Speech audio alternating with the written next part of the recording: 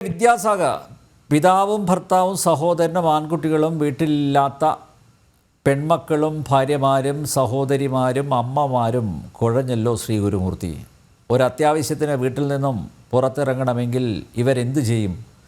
ഒന്നുകിൽ അയൽപ്പക്കത്തെ ആണുങ്ങളെ വിളിക്കണം, അല്ലേ? എന്നും വിളിക്കാൻ പറ്റില്ല, അത് മുസീബത്ത് ആകും. അവിടെയും ഈ വർഗം ആപ്പ് വയ്ക്കും. അപ്പോൾ സദാചാരത്തിൻ്റെ വാളെടുത്ത് വീശും.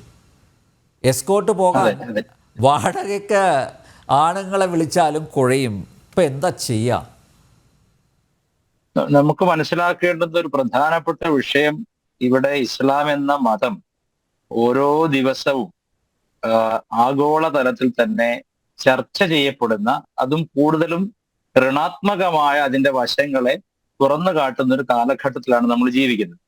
നമുക്കറിയാം, 70-കൾ 60-കളുടെ ഒടുക്കം, 70-കൾ 80-കളെല്ലാം കേരളത്തിൽ ഹിന്ദു മതത്തെ അതിന്റെ പഴയകാല ചില വ്യവസ്ഥകളെ പറ്റിയുള്ള ചർച്ചകളും പൊളിച്ചെഴുത്തുകളും ഒക്കെ നമ്മുടെ നാട്ടിലുണ്ടായി. അതിനു മുമ്പേ തന്നെ ഒരുപക്ഷെ VT ഭട്ടതിരിപ്പാടിന്റെ കാലത്തൊക്കെ വളരെ കാര്യമായി തന്നെയുള്ള ഈ സ്മാർത്ഥ വിചാരത്തെ പറ്റിയൊക്കെയുള്ള ചർച്ചകൾ നടക്കുകയും ഹിന്ദു സമൂഹം അതിൽ നിന്നൊക്കെ പാഠം ഉൾക്കൊണ്ട് വളരെയധികം പുരോഗമിക്കുകയും ചെയ്തു.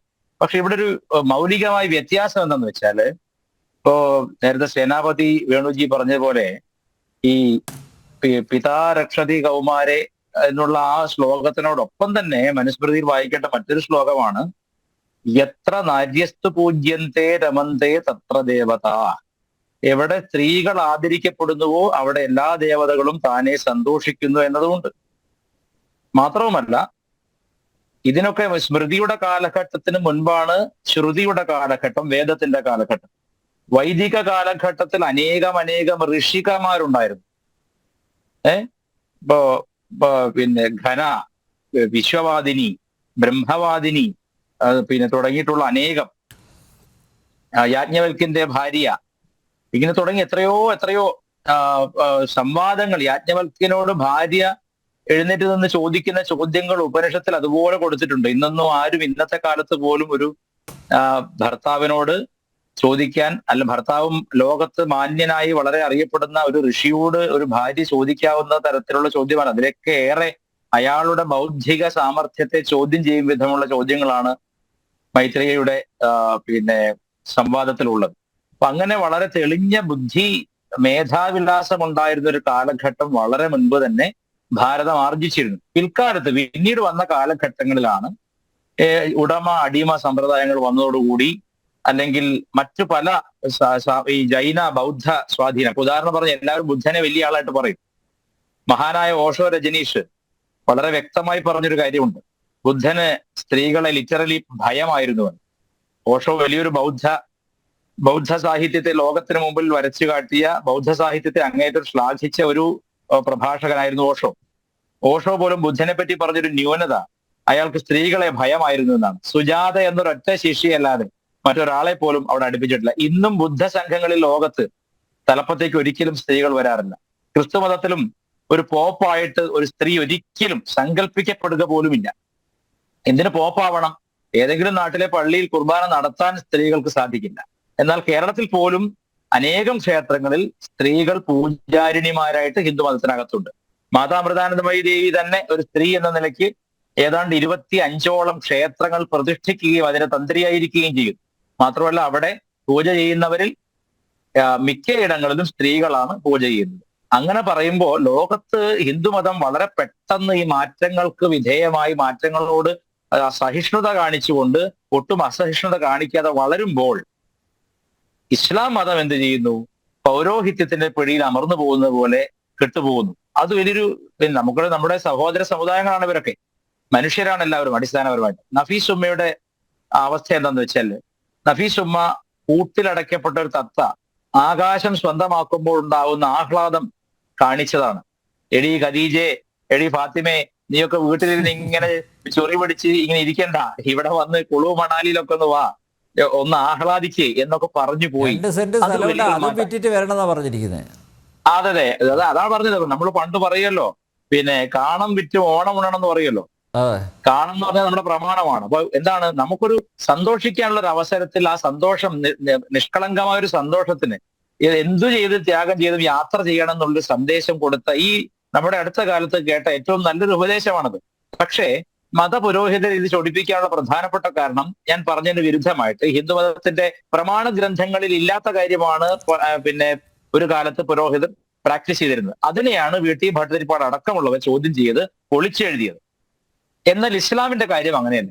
ഇസ്ലാമിന്റെ മതപ്രമാണമായ ഖുർആൻ, അതുപോലെ തന്നെ ഖുർആൻ ഓരോ ആയത്തും ഇറക്കപ്പെട്ട സാഹചര്യം വിശദമാക്കുന്ന ഹദീസുകൾ, സ്വഹീഹായ ഹദീസ്, ബുഖാരിയുടെയും ഇമാം ബുഖാരിയുടെ ഹദീസ്, സ്വഹീഹായ ഹദീസുകളും അതിന്റെ വിശദീകരണമായ തഫ്സീറുകളും എല്ലാം വീണ്ടും വീണ്ടും എടുത്തു പറയുന്ന ഒരു കാര്യം, ഒരു പെണ്ണ് ബലാത്സംഗം ചെയ്യപ്പെട്ടാൽ പോലും അതിന് 2 പുരുഷന്മാരുടെ സാക്ഷി വേണം. അല്ലെങ്കിൽ അത് അവൾ നുണ പറഞ്ഞതായിട്ട് ഇസ്ലാം കരുതുള്ളൂ. ഇത് ഇസ്ലാമിലുള്ള നിയമമാണ്. Can you ever imagine about this kind of a black tradition? ഒരു ലോകത്ത് ഈ 21ാം നൂറ്റാണ്ടിൽ ഇത്രയും അന്ധകാരം നിറഞ്ഞ ഒരു സമുദായത്തെ ചിന്തിക്കാൻ പറ്റുമോ? ഞാൻ പറയാൻ കാരണം, ഒരു സ്ത്രീ ഒരിടത്ത് വെച്ച്, വിജനമായ ഒരു സ്ഥലത്ത് വെച്ച് ഒരു സ്ത്രീ ബലാത്കാരം ചെയ്യപ്പെട്ടു, അല്ലെങ്കിൽ അവൾ വീട്ടിൽ ബലാത്കാരം ചെയ്യപ്പെട്ടു. അവൾ ഒരിടത്ത് പരാതിപ്പെട്ടാൽ, ഇസ്ലാമിക കോടതിയിൽ പരാതിപ്പെട്ടാൽ, കോടതി ആദ്യം ആവശ്യപ്പെടുക, നിങ്ങൾ 2 പുരുഷ സാക്ഷികളെ ഹാജരാക്കാൻ പറയും. ഇതെന്താ, ബലാത്കാരം ചെയ്യാൻ പോകുമ്പോഴേക്ക് ഫോൺ വിളിച്ച് മോനെ പിന്നെ നജീബ എങ്ങോട്ട് പോരും, മുസ്തഫ അങ്ങോട്ട് പോരും, ഇത് കണ്ടു നിൽക്ക് എന്നാരെയും പറയൂ. അപ്പൊ അന്ധമായി സ്ത്രീക്ക് ഒരിക്കലും നീതി കിട്ടരുത് എന്ന രീതിയിലാണ് ഈ സാധനം മുഴുവൻ എഴുതി വെച്ചിട്ടുള്ളത്. ഇസ്ലാമിന്റെ പ്രമാണ ഗ്രന്ഥങ്ങളിൽ മുഴുവനുള്ളത് ഇതാണ്. അത് എന്താണ് കാന്തപുരം അബൂബക്കർ മുസ്ലിയാരെയും ഈ പറഞ്ഞ നേരത്തെ പറഞ്ഞ അദ്ദേഹത്തിന്റെ പേര് ഞാൻ മറന്നു, ഇപ്പൊ ഒരാളെ പറ്റി പറഞ്ഞില്ലേ, ഒരു വേറെ ഏതൊരു സഖാ, ഈ സഖാഫിയും ഈ പറഞ്ഞ ഇതൊക്കെ ഡിഗ്രികളാണ്. ഇവരുടെ ഇസ്ലാം മതത്തിൽ മതം പഠിച്ചിട്ടുള്ള ഡിഗ്രികളാണ്. നദ്വി, സഖാഫി എന്നൊക്കെ പറഞ്ഞ ഡിഗ്രികൾ. അതെ അതെ. അപ്പൊ ഇവരൊക്കെ പറഞ്ഞതിന്റെ അർത്ഥം എന്താണ്? ഇവർ സത്യസന്ധരാണ്. ഇസ്ലാമിൽ സത്യസന്ധരാണ് സുന്നികൾ. എന്താ കാരണം? അവർ ഇതിനകത്തുള്ള മുഴുവൻ വിഡ്ഢിത്തരങ്ങൾ പുറത്ത് വിളിച്ചു പറയുന്നു. എന്നാൽ മുജാഹിദ് പ്രസ്ഥാനവും ജമാഅത്തെ ഇസ്ലാമിയും ഇതൊക്കെ പുറത്ത് കുത്തിയിട്ടിട്ട് ഇത് വളരെ പരിഷ്കൃതമായ ഒരു മതമാണെന്ന് കാണിക്കാൻ വേണ്ടി ഇതൊന്നും പുറത്ത് പറയാതിരിക്കുന്നു. എന്നാൽ ഞാൻ പറയാം, ഞാൻ കോഴിക്കോട് ജില്ലയിൽ ഒരു മുസ്ലിം സുഹൃത്തിന്റെ വിവാഹത്തിന് പങ്കെടുത്തു. ഇപ്പോഴല്ല, 8 വർഷം മുമ്പേ. ആ വിവാഹത്തിൽ ഞാൻ പോയപ്പോ ഈ മറയിട്ടിട്ട് ഒരു ഭാഗത്ത് പുരുഷന്മാരെ കാണാൻ പോലും പറ്റില്ല. ആ വിവാഹത്തിന്റെ പിന്നെ വീട്ടിലേക്ക് വരുമ്പോൾ തന്നെ, പന്തലിലേക്ക് വരുമ്പോൾ തന്നെ 2 ഭാഗം ശരിക്കും മറച്ചിരിക്കുകയാണ് പുരുഷന്മാരെ, സ്ത്രീകളെ. ഇപ്പോഴും അങ്ങനെയാണ് ജമാഅത്തെ അയാൾ വലിയ ജമാഅത്ത് പ്രവർത്തകനാണ്. ജമാഅത്തെ ഇസ്ലാമിക്കാർ പോലും സ്ത്രീയും പുരുഷനും വിവാഹ സൽക്കാരങ്ങളിൽ പോലും തമ്മിൽ ഇടപഴകരുത് എന്ന് ചിന്തിക്കുന്നവരാണ്. അപ്പോൾ ജമാഅത്തെ ഇസ്ലാമിക്കാരൻ പക്ഷേ ഇത് പുറത്തു പറഞ്ഞിട്ട് സോഷ്യൽ മീഡിയയുടെ അടി കൊള്ളാനോ ഇതുപോലെ ചർച്ചകളിലെ തല്ലുകൊള്ളാനോ നിൽക്കില്ല. കാന്തപുരത്തിന് ഇപ്പോഴും നേരം വെളിച്ചായിട്ടില്ലാത്തതുകൊണ്ട് കാന്തപുരം ഇപ്പോഴും കോഴി കൂവുന്നവർ, അന്ധനായ കോഴി ഉച്ചയ്ക്ക് കൂവുന്നത് പോലെ, ഒന്നുകൂടി പറയാം, അന്ധനായ കോഴി ഉച്ചയ്ക്ക് കൂവുന്നത് പോലെ, സൂര്യൻ ഉദിച്ചോ ഇല്ലയോ എന്ന് പോലും അറിയാത്ത കാന്തപുരത്തിന്റെ ആളുകൾ ഇപ്പോൾ സത്യം വിളിച്ചു പറയുന്നു ഇത് ഇസ്ലാമിനകത്തുള്ള സാധനമാണല്ലോ പറഞ്ഞത്. ഞാൻ ചോദിക്കട്ടെ, ഒരു സ്ത്രീ അപകടകരമാം വണ്ണം ബലാത്കാരം ചെയ്യപ്പെട്ടാൽ പോലും അവൾക്ക് 2 സാക്ഷികൾ വേണമെന്നാണ് ഇസ്ലാമിക കോടതി. അതും പുരുഷൻ സാക്ഷികൾ വേണം. പുരുഷന്മാർ പറയണം ഇവൾ ബലാത്കാരം ചെയ്യപ്പെട്ടു എന്ന്. ഈ റേപ്പ് ചെയ്യാൻ വന്നതിന്റെ കൂട്ടുകാരാണെങ്കിലോ ഇപ്പൊ വരുന്നവരെ സമ്മതിക്കും. ഇപ്പൊ ഇങ്ങനത്തെ കാടൻ നിയമങ്ങൾ ഇസ്ലാമിൽ മുഴുവനും സ്ത്രീകൾക്കെതിരെയുണ്ട്. എന്തുകൊണ്ട്, അങ്ങ് നേരത്തെ ചോദിച്ചല്ലോ, എന്തുകൊണ്ട് രാഷ്ട്രീയക്കാർ ഇതിനെ പ്രതികരിക്കുന്നില്ല? കാരണം ഇന്ത്യയിലെ ജനാധിപത്യം എന്ന് പറയുന്നത് ഈ പറയുന്നതിൽ വിഷമമുണ്ട്.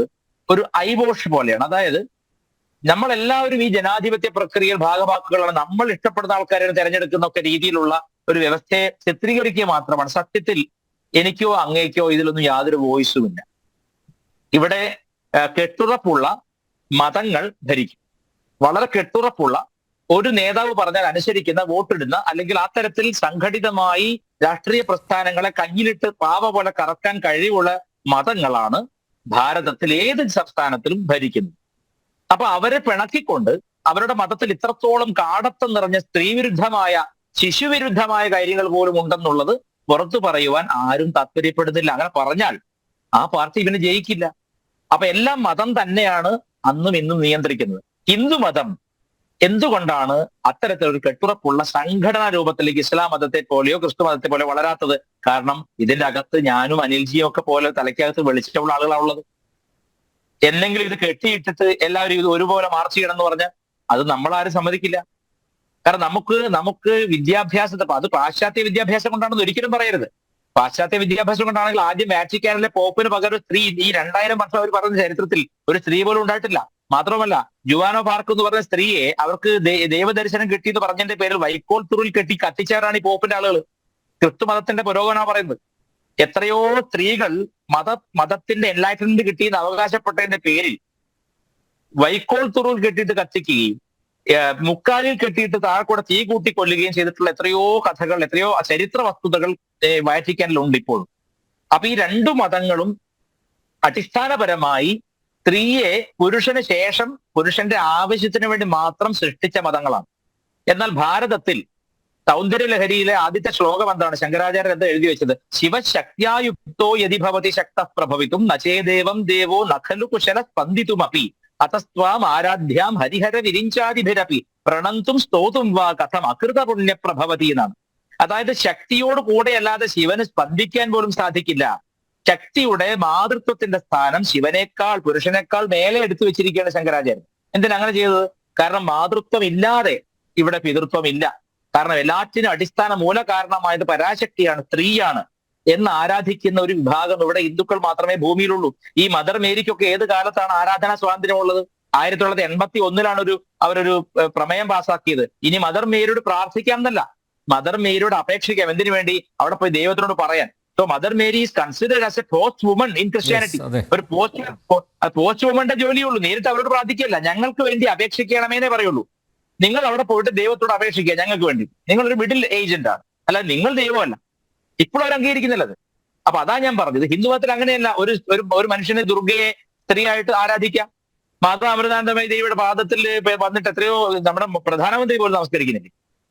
അപ്പൊ അത്തരത്തിലുള്ള ആരാധനാ സ്വാതന്ത്ര്യവും അത്തരത്തിലുള്ള സ്ത്രീ സ്വാതന്ത്ര്യവും അത്തരത്തിലുള്ള ഒരു കാഴ്ചപ്പാടിന്റെ സ്വാതന്ത്ര്യവും കൊടുക്കുവാൻ എന്തുകൊണ്ട് ഈ മതങ്ങളിലുള്ളവർക്ക് കഴിയുന്നില്ലെന്ന് വെച്ചാൽ ഈ മതങ്ങളുടെ അടിസ്ഥാന സ്വഭാവം തന്നെ സ്ത്രീ വിരുദ്ധമാണ്. അതുകൊണ്ടാണ് ഈ വസ്തുത അറിയാതെ ഇവരെ വിമർശിച്ചാൽ ഈ നൂറ്റാണ്ട് കഴിഞ്ഞാൽ ഇവർക്ക് വെളിച്ചം വെക്കില്ല. ഒരേ ഒരു പോംവഴി ഈ മതങ്ങളുടെ കുടിസുകളിൽ നിന്ന് പുറത്തേക്ക് വന്ന് ഇതര സംസ്കാരങ്ങളും ഇതര തത്വശാസ്ത്രങ്ങളും പഠിക്കുവാൻ അതിലെ മതത്തിന് സ്വാതന്ത്ര്യം കൊടുത്തില്ലെങ്കിൽ, അല്ലെങ്കിൽ സ്കൂളുകളിൽ ഇതര മതങ്ങളുടെ സാന്നിധ്യം അറിയിക്കാൻ നമുക്ക് പറ്റിയില്ലെങ്കിൽ, ഇസ്ലാം മതത്തിനകത്ത് കുടുങ്ങിയവർ എലിക്കണിയിൽ കുടുങ്ങിയ പോലെ തന്നെ ഇരിക്കും. അത്രമാത്രം ഇതിൽ പറയാനുള്ള ആദ്യഘട്ടത്തിൽ.